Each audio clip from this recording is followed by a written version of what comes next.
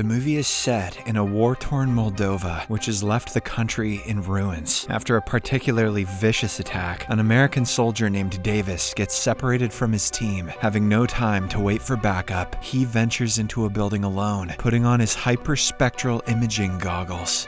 Nerd. Inside, he finds numerous lifeless bodies that appear to be frozen. Upon heading deeper, he comes across a mysterious, translucent, humanoid apparition that is invisible to the naked eye. Davis transmits everything he sees back to his base, but before he can ask for information, the apparition passes through his body at a high speed, killing him on the spot. The goggles do nothing! In the next scene, we are introduced to a researcher named Mark Clyne, who works for the Defense Advanced Research Projects Agency, or DARPA. He seems to have invented several pieces of advanced combat equipment, including the hyperspectral imaging goggles, and is currently working on a new invention, a device capable of disintegrating matter using waves. Mark presents this innovation to senior officials, who ask him to start testing on humans for potential military use. Afterwards, Mark is summoned to Moldova to review the footage captured by the goggles that he invented. Later, he arrives at a US military airbase camp in Moldova, where he meets General Orland and CIA officer Fran Madison. They lead him to the sensitive compartmented information facility.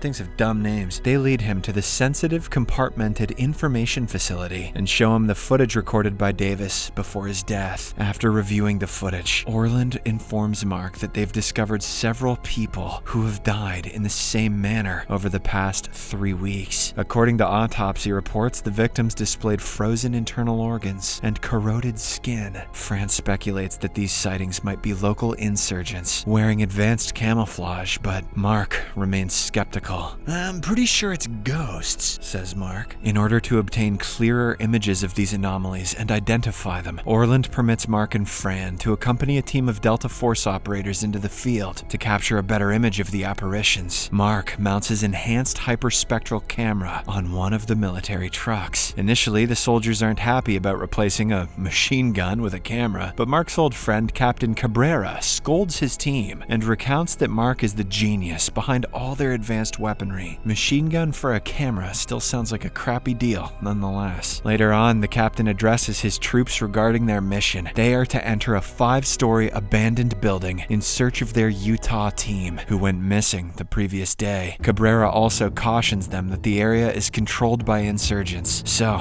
they should prepare for combat. Additionally, he instructs the team to neutralize any anomalies they find there. After the briefing, the Delta Force set off in their trucks. Upon reaching the location, Mark, Fran, and Captain Cabrera remain in the truck to monitor the soldiers' helmet cam feeds, while the rest cautiously make their way in. Once inside, they discover the members of the Utah team are dead, along with the insurgents. Upon reaching the 4th floor, Mark senses a movement and guides the soldiers in that direction. As they approach, they come across an upturned bathtub, beneath which they find Sergeant Comstock from the Utah team, who is still alive. Comstock reports that his fellow soldiers are deceased and their bodies are on the 5th floor. Following this, the soldiers go to investigate the 5th floor, where one of them spots the same apparition. This prompts him to open fire, but the apparition remains unaffected and counterattacks, killing the soldier. Captain Cabrera alerts the rest of the team, who proceed cautiously to the area, only to meet the same fate at the hands of the apparition. Witnessing the soldiers dying one after another, Mark urges Fran to order an immediate mission abort. Fran hesitates, saying that they can't return empty-handed. In response, Mark claims that he can guarantee that they're going back empty-handed anyway. After the deaths of a few more soldiers, Cabrera finally orders the team to retreat, and the soldiers use ropes to exit through the window. Meanwhile, Mark gets on top of the vehicle and points his camera towards the window where the soldiers are being attacked. It's at this moment that he captures a clear image of the apparition, which possesses a human form and also has a human-like face. When Mark conveys this information to the captain, Cabrera immediately comes out of his vehicle and fires a rocket launcher towards the apparition. However, it has no effect on the entity. Instead, it retaliates and kills the captain. The apparition then proceeds to eliminate the soldiers exiting the building one by one. Luckily, some of them, including Sergeant Comstock, somehow manage to enter enter the truck and drive away. On their way back, Mark asks Comstock about what he witnessed. The latter explains that he saw something, more like a frozen blanket that passed through his team members and claimed their lives. But before he can divulge further information, their truck hits some landmines, causing it to overturn. Comstock hits his head in this accident and unfortunately passes away. Everyone helps each other exit the vehicle, while Mark focuses on retrieving his hyperspectral camera. Leave it behind, you nerd. The group then rushes towards an abandoned warehouse. Finally, they conclude that their assailants aren't insurgents, as those entities can pass through the walls and can't be killed by their weapons. Now that most of the soldiers' helmet cams are destroyed, Mark uses his large camera to focus on the streets outside the warehouse. Through it, they see several specters wandering around. They also learn that these apparitions cannot pass through the iron shavings, meaning the shavings act as a protective barrier. Just then, they hear some noise, which alerts them, believing that they aren't alone in the warehouse. The soldiers check the entire area, only to discover a pair of innocent siblings, Sari and Bogdan, hiding in a room. Although they don't speak English, Fran is able to communicate with them in their language. Through their conversation, they learn that the siblings are alone in the warehouse. Sari explains that their father was the one who scattered the iron shavings to protect them before he was killed. She also believes that the specters are lost souls, trapped between life and death. Mark inquires about their father's whereabouts, and Sari leads them to another room where she has hidden his lifeless body from her younger brother. Upon inspecting the body, Mark discovers a ceramic locket containing a secret map of Masarov, a district near the river. The girl indicates that this is the place where the specters first appeared. In the meantime, the remaining soldiers make contact with the airbase and arrange a meeting point, a plaza located half a mile away. However, they're skeptical if they can make it because there is no cover along the way. At that moment, they notice numerous crates filled with iron shavings within the warehouse. They then use these shavings to convert their grenades into improvised explosive devices, providing them with a fighting chance. In addition, Mark modifies the hyperspectral camera into a large searchlight, which enables the group to see the apparitions without the need for goggles. He also sends instructions to the base, asking them to make another larger searchlight. Amid their preparations, they hear some noise from outside. Mark uses his new searchlight to check through the window, only to discover that the apparitions have found a way to cross the barrier. Sensing the urgency of the situation, the team carries out the immediate evacuation and exits the warehouse through the back door. As the apparitions pursue them, Mark aims the searchlight toward them, rendering them visible to everyone. The soldiers then use their modified bullets and grenades filled with iron shavings to slow the specters down. After a bit of a struggle, the group eventually makes it to a rendezvous point. However, the rescue team has not yet arrived, prompting them to take cover in an abandoned bus. To their poor luck, Mark's searchlight also stops functioning, leaving them vulnerable to potential attacks. Before long, rescue tanks arrive on the scene, equipped with a large searchlight mounted on its top. When activated, numerous specters are seen in the surrounding buildings. The tanks open fire on these apparitions, while the soldiers in the bus hasten to reach the safety of the tanks. However, the apparitions remain unaffected by their weaponry and start killing the soldiers one by one. They even destroy the tanks with the searchlights, leaving the soldiers with no proper vision. In the midst of this commotion, Bogdan runs to an open area to retrieve his father's ceramic locket. Seeing this, Sari rushes to his aid, but before she can reach him, an apparition passes through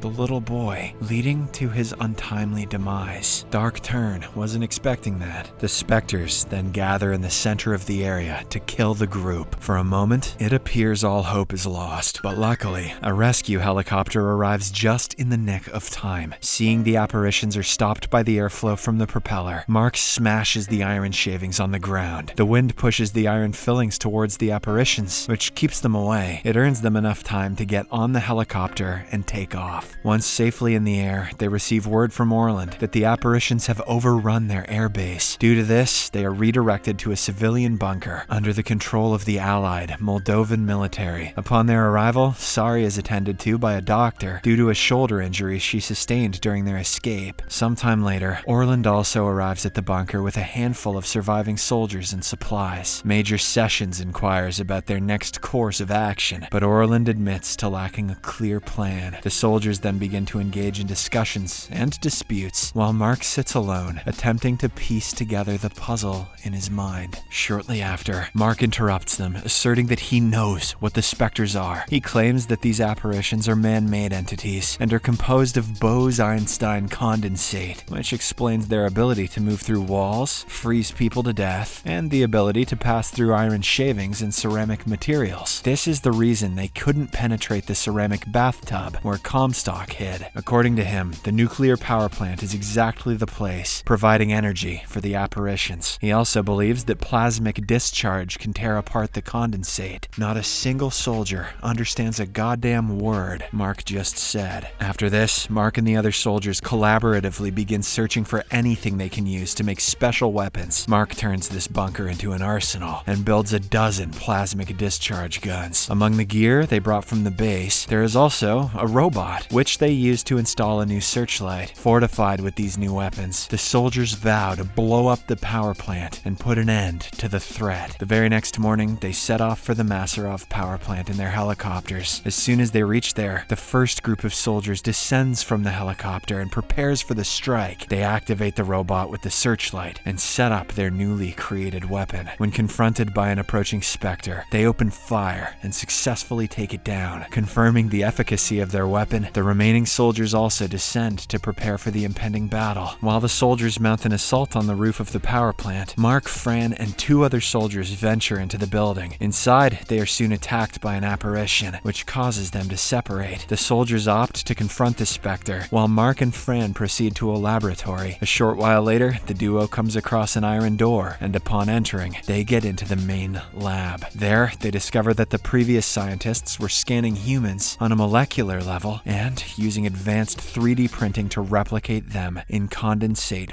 form. As they delve deeper, they find a number of apparitions confined in separate cells. A portion of these cells are damaged, indicating that an accident caused a bunch of specters to escape, and the scientists couldn't stop them. Not long after, Mark and Fran figure out the emergency shutdown procedure and start working on it. Meanwhile, on the rooftop, the soldiers discover that some apparitions possess the ability to reassemble their bodies. As a result of this, some soldiers fall victim to these specters, but the group keeps fighting. Inside, Fran figures out that they will need to pull off all the ports, which will ultimately cut off the energy supply. A fierce fight above alerts the locked apparitions, inciting them to break free from their cells. While Mark carries out the shutdown procedure, Fran shoots the apparitions that manage to break free. On the roof, Major Sessions recharges a big plasmic discharge gun, and once it's done, he pulls the trigger. Its recoil bounces the soldier off and creates a huge explosion. As a consequence, all the glass cells in the lab shatter, and the apparitions make their way out. Just a moment before they can attack, Mark pulls out all the ports, freezing the specters, which eventually fade away. But of course, just had to